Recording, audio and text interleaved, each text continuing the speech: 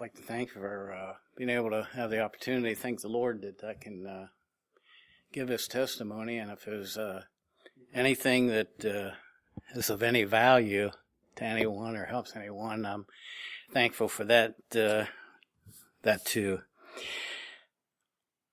I grew up in a mainstream Protestant church.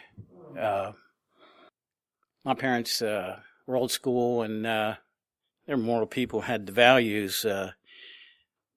But like many of you, I never heard the gospel in the church that I was in. I guess when I was 14, we had to take a catechisms to join the church.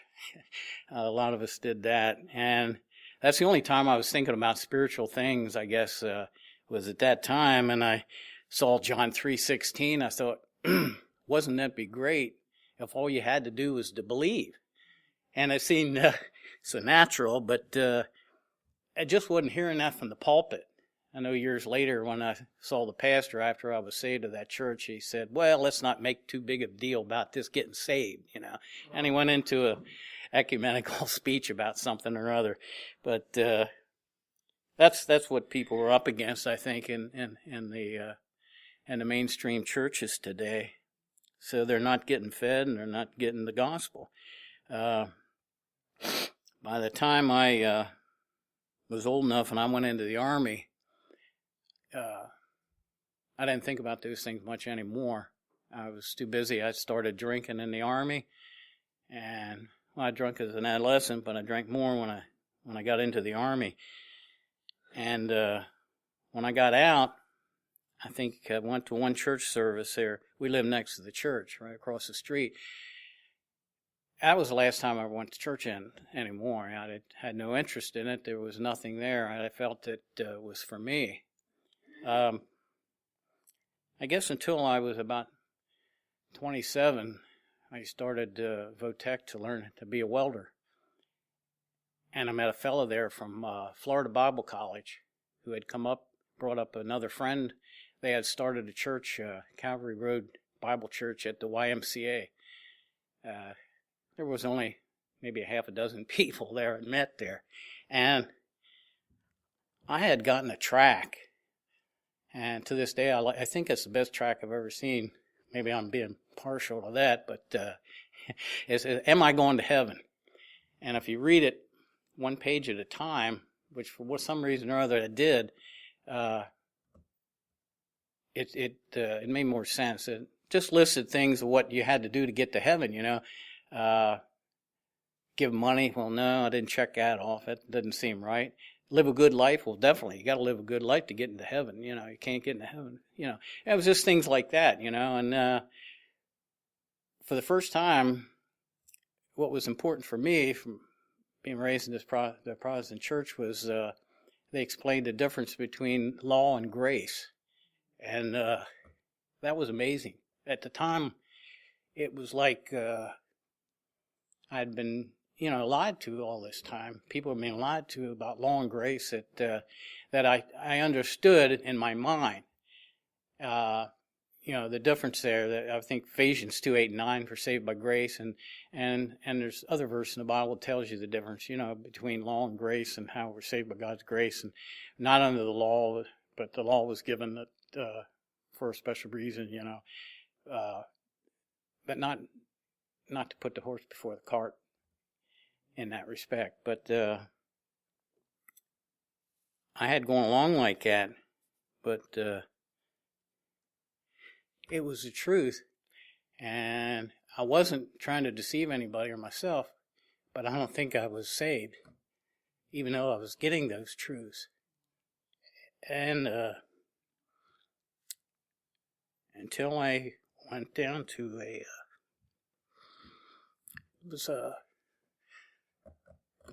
Jack Van Impe crusade.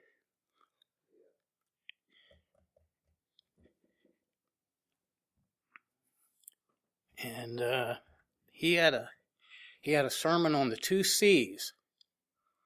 He said, if you're saved, you'll come under one of the 2 C's. You'll have a changed life,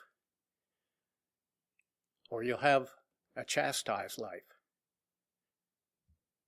And I thought I had some things in my life. Sometime after I got out of the Army, I had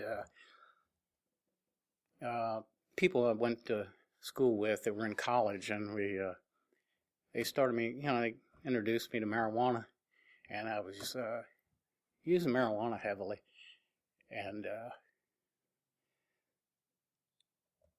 so I thought about that. Has your life changed? Well, no, I couldn't say it entirely changed. Not enough to what I was that I thought it should. And was God chastising me? Now, God wasn't. At least not that I could see was. And I came under deep conviction. And I thought I was getting saved. Or, excuse me, I thought I was getting right. But I think what I was doing was getting saved. And I didn't realize it at the time. You don't think of a lot of things, It's easy when somebody sits down with you, opens up the Bible.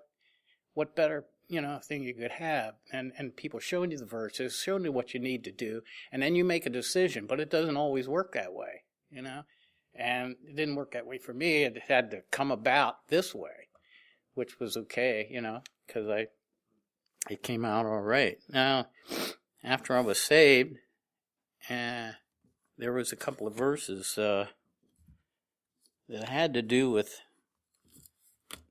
knowing here and now that I thought were important, and the two sort of came together. John 5:24, verily, verily, I say unto you, he that heareth my word and believeth on him that sent me hath everlasting life. And I zeroed in on the word hath. That means you're already in possession. Now, here, while you're alive and here in this world, you don't have to wait till after you die, to find out whether you have that. And then along with that, I found 1 John 5:13, and that talks about knowing. And it says you can know that you have eternal life. It says, these things have I written unto you that believe on the name of the Son of God, that you may know that you have eternal life. I don't think it could be any clearer than that, that a person could know. And the word know and the word hath, are pretty clear. During this time, I didn't have any Christian friends at all. There was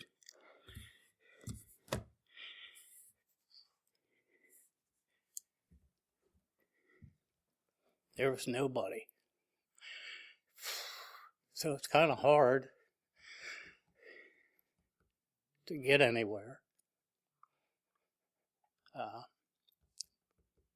when you're in that situation. So I had this problem yet, even though I knew it was saved. Well, this happened in between there somewhere. The time I went to that, I don't know, it was before or after I went to the crusade down there. But I still had this problem with the marijuana. I didn't want to give it up. And I asked the pastor. I had a story I told him. I never told. Well, I told some people, but I never told it in a testimony or a partial testimony. And he said, I should go ahead and give that story. Because I wasn't sure whether I didn't want to say something that would offend him or anybody else. So while I was working this out, I had the kids in the car one day. Now they're in their mid-40s now, but they were 3 and 5 years old. And I was driving a big Buick LeSabre at that time, and this car was built like a tank. A 72 Buick LeSabre, and this is a time, I'm sure, they didn't have, back in the mid-70s, car seats. If they did, we didn't have one. My wife would have made sure we had, because she's a stickler on that stuff now with the grandkids and great-grandkids, So I had my son was next to me. I don't know if we were all three up front, but where you come out of West York on Market Street, you go up by the old Royal Fire Company, where Belvedere Avenue is where the road starts to go downward to downtown. And in that first block is a cigar store. It used to be Sour's newsstand. It's on the left-hand side of the road, and I whipped in on the front of the newsstand, threw the car in park. Didn't bother to put the emergency brake on because all I was thinking about was going in there and getting some rolling papers. And I got my rolling papers, and I come out and the car was gone. And it was instant shock because the kids were in the car. I ran out into the street, and the car was going down the street. It was drifting. My son came over behind the wheel, pulled the car down into out of park into drive, and he was just standing up on the seat, doing this stuff, and the car was drifting. It was going down the center of the road, Market Street, and I'm like, oh my gosh. I'm running down the center of Market Street. I'm running down the center of Market Street after the car. And it's drifting from left to right slowly, faster than I can catch it, but I couldn't get up to it. And came to the end of the block, which is West Street. There's a golf station with a big concrete pillar and a giant golf sign. I've probably removed now. This was 40 years ago. And I'm thinking, oh God, I didn't know what to expect, what was going to happen, Thank God there was no cars on the road. And the car drifted through the intersection. I don't know what the light was, red or green, but it drifted through the intersection, tipped up over the curb, the opposite curb on the right-hand side, hit that concrete pillar, and stopped. I was almost down to the intersection, running down the center of the road, come across the intersection, and come up to the car, and the car was quietly idling. There was a slight scratch on the front of the car. Nothing happened.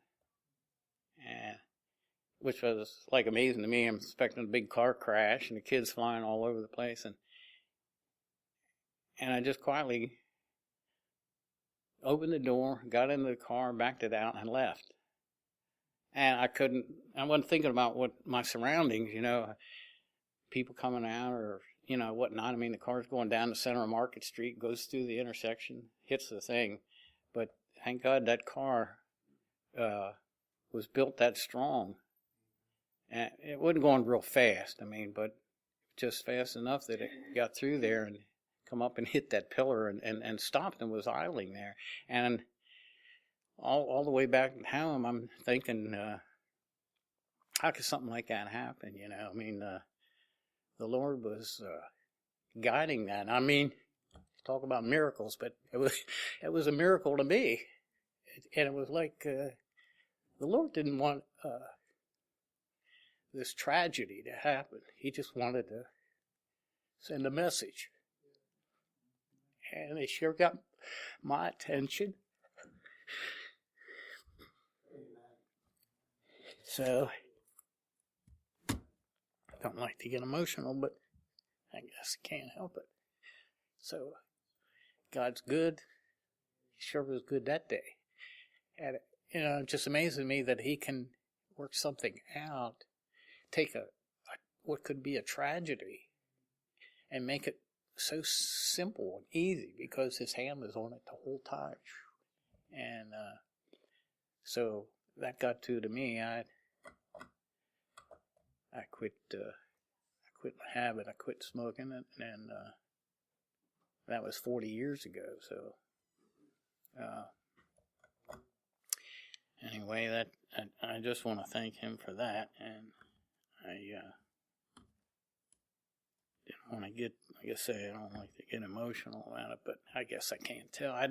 Haven't told that story much, very few times, and that, but I thought maybe it would be important. So I just want to thank the pastor for that, and I guess that's all. Thank you.